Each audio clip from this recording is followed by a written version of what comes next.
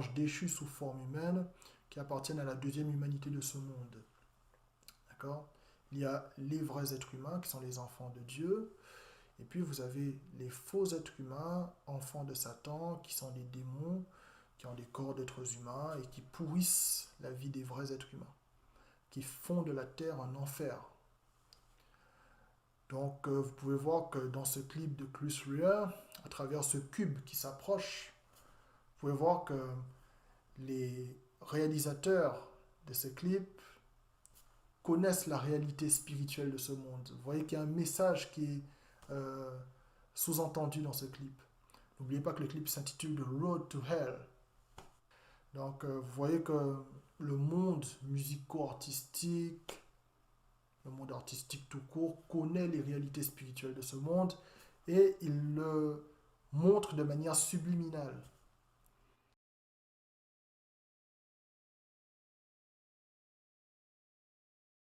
Bon, depuis le temps que je dénonce les démons humains, la censure je connais, hein.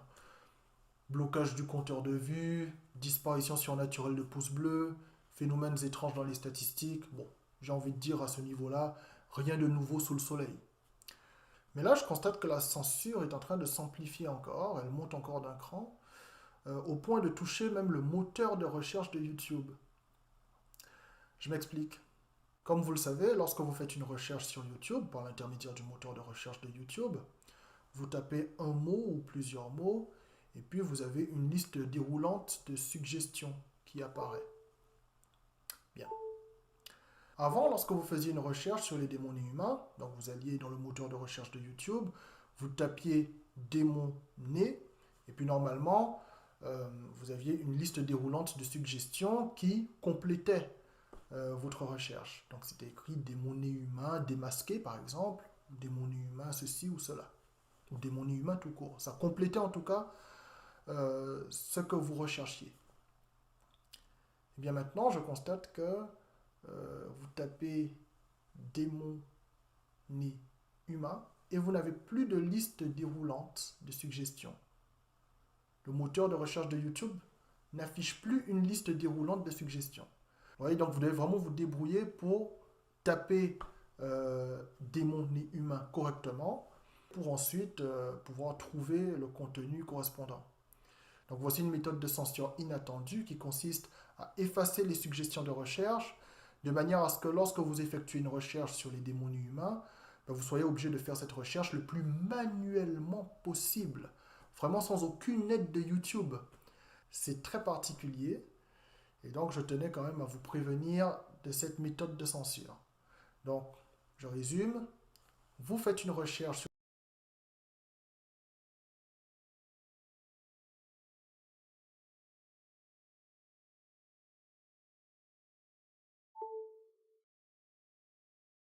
les démons humains et la liste déroulante de suggestions n'apparaît plus dans le moteur de recherche. Donc vous êtes vraiment obligé de vous débrouiller pour bien taper démons humains, que ce soit au pluriel ou au singulier, afin de trouver la vidéo ou les vidéos correspondantes.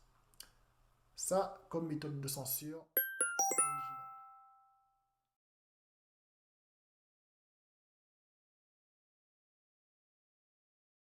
Alors, comme tout le monde, j'ai vu le fameux extrait sur LCI du médecin et du chercheur qui parle de l'éventualité de tester des vaccins en Afrique, comme si en gros les Africains étaient des cobayes. Bon, j'ai vu un petit peu la polémique que ça a pu engendrer. Je tiens à féliciter tous ceux qui ont fermement réagi à ça d'ailleurs. Voilà, il ne faut pas laisser ce genre de choses passer, voilà, il faut se défendre. Après, il faut faire attention au piège que Satan a envie de tendre. Satan a envie de créer une haine raciale anti-blanche. Je rappelle qu'il y a deux humanités sur Terre. Il y a des démons humains, c'est-à-dire des faux êtres humains provenant du monde des ténèbres, des enfants de Satan. Et puis, il y a des vrais êtres humains qui sont les enfants de Dieu. C'est le cas dans toutes les races. Il y a deux humanités, et ces deux humanités sont dans toutes les races. Parmi les blancs, parmi les noirs, parmi les indiens, les chinois, tout ce que tu veux.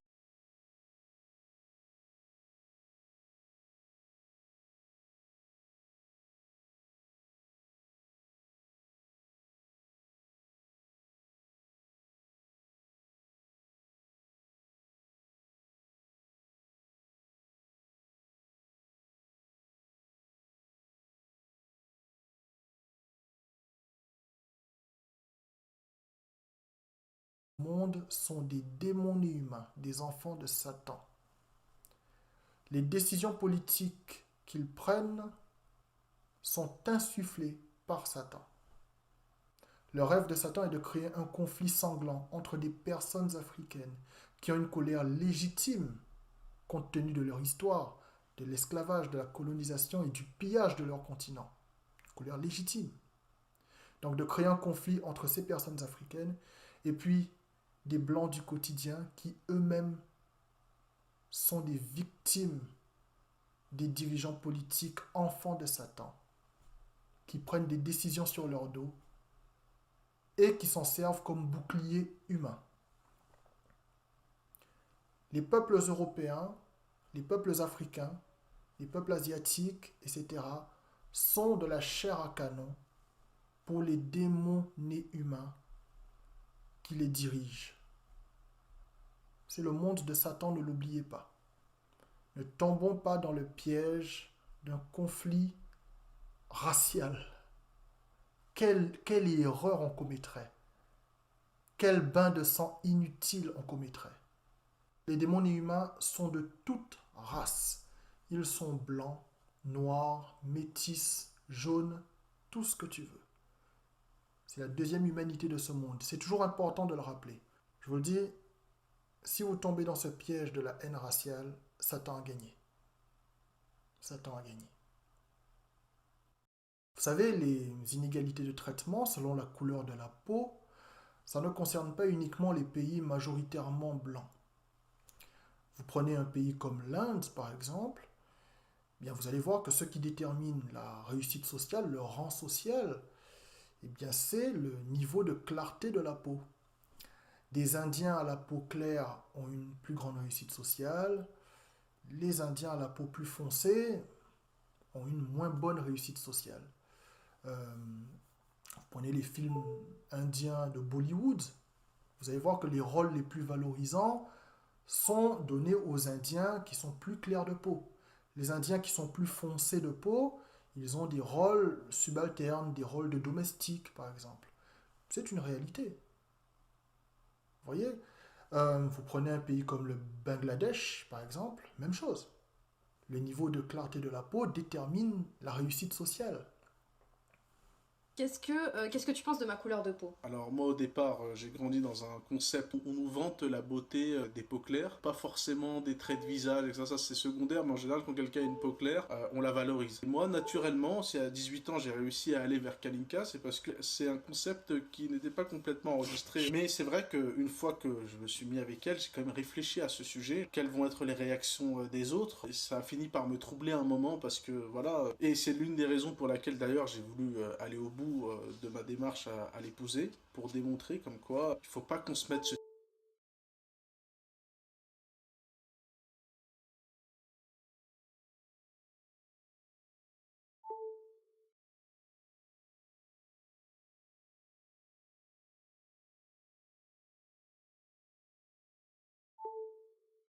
type de barrière, peu importe chez les autres. Vous voyez ce que ce jeune monsieur dit est très intéressant. Il est bengali, il est du Bangladesh. Au passage, il a une très jolie jeune femme, si je peux me permettre.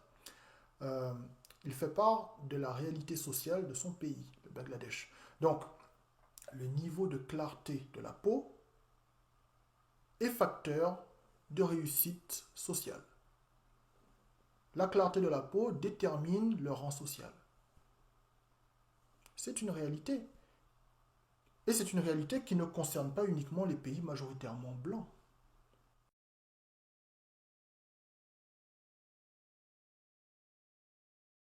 Dans ma vidéo précédente, j'ai fait remarquer qu'un certain nombre de chercheurs fabriquent des maladies, transmettent les maladies qu'ils ont fabriquées, et puis rendent les uns et les autres dépendants de leurs antidotes et de leurs vaccins qu'ils ont fabriqués au préalable. Donc j'ai dit que c'est le principe qui consiste à fabriquer le virus et l'antivirus. Bon, alors ça peut ressembler à du complotisme, mais je vais vous montrer quelque chose d'intéressant par rapport à Ebola. Regardez vous-même. Madame, monsieur, bonsoir. 97 morts, c'est ce soir le chiffre avancé par l'OMS, l'Organisation mondiale de la santé, concernant l'avancée du virus Ebola au Zaïre. Un virus qui avance vite, à un point tel que le Parlement européen a demandé de prévoir des procédures rigoureuses de contrôle sanitaire. Un ancien médecin militaire, Gilbert Raffier, qui habite actuellement à Cabriès, dans les Bouches-du-Rhône, nous a livré un témoignage. Il y a près de 10 ans, en 1976, il travaillait au Zaïre. Ce virus existait déjà et un sérum avait été trouvé. Et un sérum avait été trouvé. Et un sérum avait été trouvé. Nous l'écoutons. On avait offert, par exemple, aux prisonniers de la ville de Boma d'être libérés à condition qu'ils enterrent les morts. Et c'était tellement dramatique que même les prisonniers ont refusé. Est-ce qu'il y avait eu beaucoup de morts à cette époque-là? Oh, il y en avait eu à peu près 300, hein, donc ce n'est pas, c'était pas catastrophique, mais enfin tout de même. Tout de Et même. comment est-ce qu'on a pu traiter l'épidémie? On ne l'a pas traité.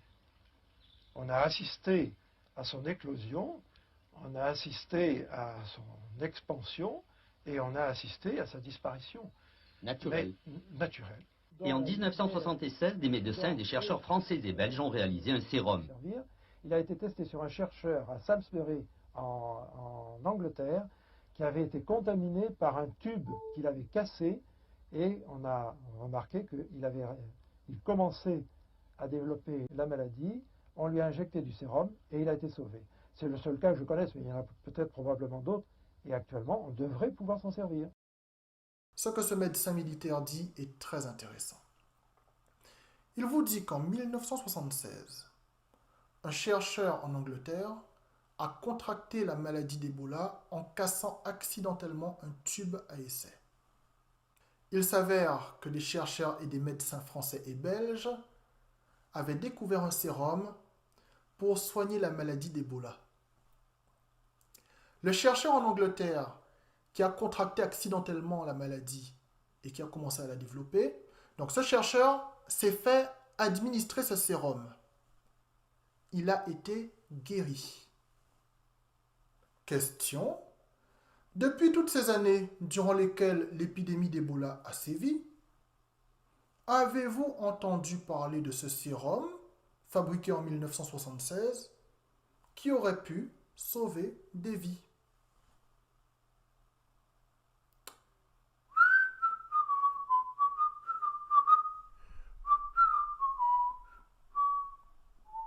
Oh, mes frères et sœurs, et vous tous qui me regardez, vous n'êtes pas au bout de vos surprises.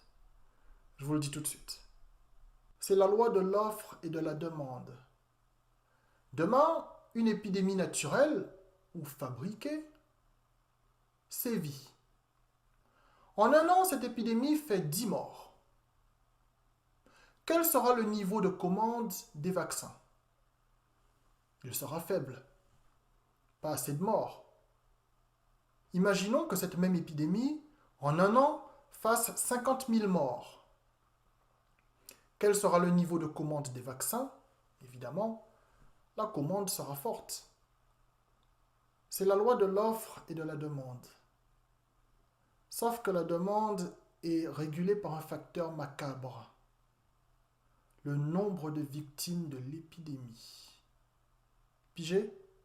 Plus il y a de victimes, plus il y a de commandes de vaccins, plus ça rapporte. Alors, même si on a le sérum qui permettrait de soigner la maladie, ce serait vraiment dommage de freiner la demande en freinant son régulateur, qui est le nombre de victimes. Alors, on va garder le sérum sous le coude. On ne va pas en parler. Sinon, qui achètera tous ces vaccins? Tous ces antidotes qu'on a fabriqués au préalable? Non, ce serait dommage.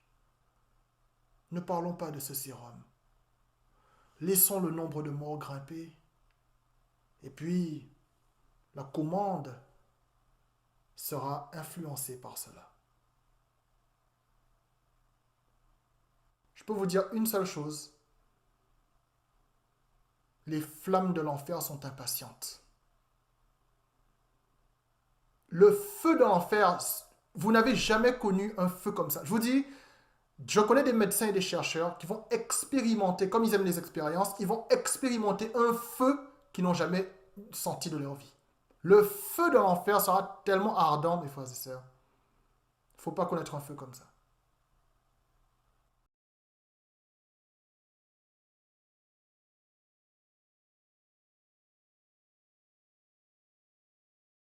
De temps à autre, la chanteuse Jennifer peut être flippante. C'est le moins qu'on puisse dire. Regardez vous-même. Je me suis jamais vraiment écoutée, mais là, je devais prendre soin des autres et du coup, ne plus du tout m'écouter. Ok. Comme vous le savez, il y a quelque temps, j'avais dévoilé que la chanteuse Jennifer dispose d'un clone. Ça allait dans la droite ligne de ma vidéo intitulée Créature pseudo-humaine parmi nous. Donc c'est une réalité qui est abordée aux États-Unis, la réalité des clones, donc que j'appelle les créatures pseudo-humaines. Dans les pays européens, il y a un blocage par rapport à ça. Apparemment, ce n'est pas encore le moment de nous parler de ça. Ils ont l'air d'attendre quelque chose. Je vous ai dévoilé ça un petit peu en avant-première, mais tout ça va être dévoilé. De toute façon, on ne pourra plus le cacher. Et ça fait partie d'ailleurs des choses qui ont été dévoilées par des cartes Illuminati en 1995. Ça fait partie du projet de Satan, les clones et tout ça. Allez, je me repasse le truc de Jennifer là parce que ça me fait flipper, mais ça me fait rire aussi. Je me suis jamais vraiment écoutée, mais là, je devais prendre soin des autres et du coup, ne plus du tout m'écouter. Cette femme est bizarre. Je vais vous le sortir à un moment inattendu de la vidéo. Je vais vous le faire comme ça va vous faire flipper. Si vous êtes cardiaque, ça va être embêtant.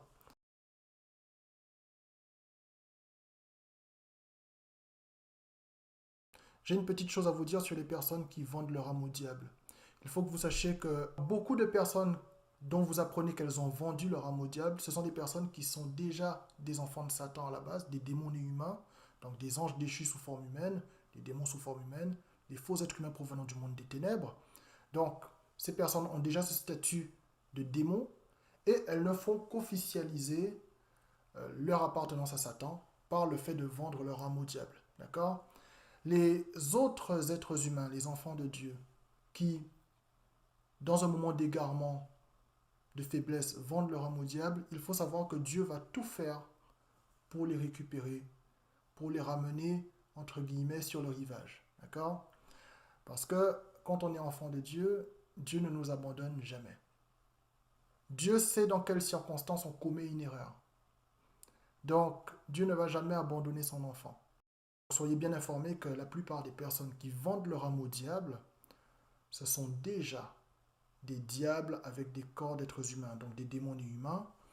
Et vendre son âme au diable, ce n'est qu'une façon pour ces personnes d'officialiser, de confirmer leur appartenance au diable. Voilà, je voulais que vous en soyez informés.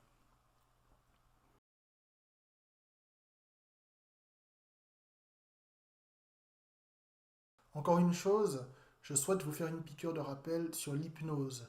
Dans une vidéo précédente, je vous avais dit ce que c'était en réalité que l'hypnose. Regardez vous-même. L'hypnose, c'est de la transmission de démons. Ce sont des démons qui, après être entrés en toi, te font croire que tu es ceci ou cela, que tu es telle ou telle personne. Le diable savait que transmettre des démons serait mal vu. Alors le diable a donné un nouveau nom à la transmission de démons. Désormais, la transmission de démons s'appelle l'hypnose. Satan a donné à cela un côté fun. Et ça a beaucoup de succès sur Internet, ainsi qu'à la télévision. Voilà, donc c'est important que vous soyez informés de ce que c'est. Le diable est très malin, il donne un côté fun à des choses occultes, sataniques. Et nous sommes dans la fin des temps et le diable est très malin pour pouvoir vous tromper. Transformer le mal en bien. Transformer le mal en choses amusantes, fun, rigolotes. Attention, soyez vigilants.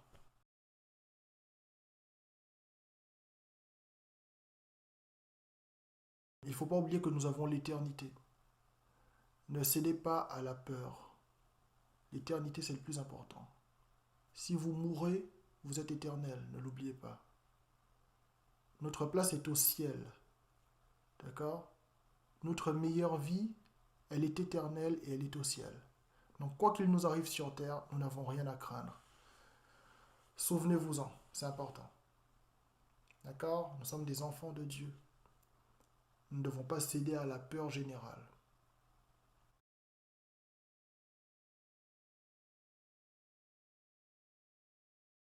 Je tiens aussi à vous dire que nous devons rester humbles. Vous voyez, moi je fais des vidéos depuis un certain nombre d'années.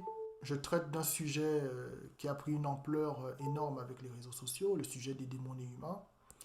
Vous pouvez voir que quand vous tapez Emmanuel ABT sur YouTube, vous avez comme description « Disciple imparfait du Seigneur Jésus-Christ ». C'est très important cette description parce que ça doit rappeler qu'Emmanuel ABT, c'est un pécheur.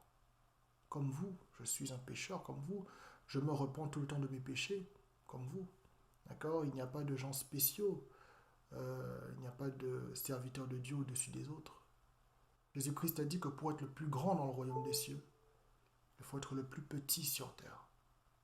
Ok? Quand l'audience commence à grossir, on oublie d'où on part. On oublie d'où Dieu nous a tirés. On commence à se sentir important. Et il faut savoir que le diable voit ça. Le diable exploite cela pour pouvoir faire de nous des gens orgueilleux, imbus d'eux-mêmes. Et moi-même, tout le temps, je m'examine par rapport à ça. Le diable est très malin. Donc, le message que je tiens à vous faire passer une fois de plus,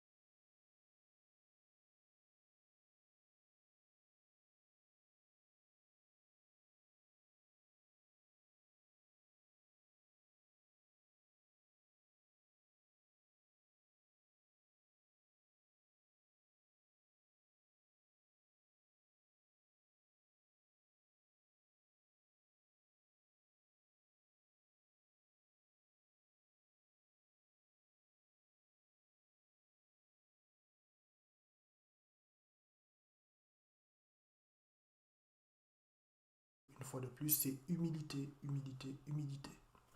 C'est un message que je m'envoie à moi-même également. Nous ne sommes rien. Nous ne méritons même pas d'être sauvés. Nous ne le méritons pas. C'est une faveur imméritée. D'accord? Je vous remercie pour tout. N'hésitez pas à vous abonner à ma chaîne YouTube si vous souhaitez être informé de la sortie d'une nouvelle vidéo. Parce que sinon, vous ne pourrez plus du tout m'écouter. Là, vous avez flippé, là. Ah, vous l'attendiez pas, celle-là. Ok, allez, salut. Que Dieu vous bénisse.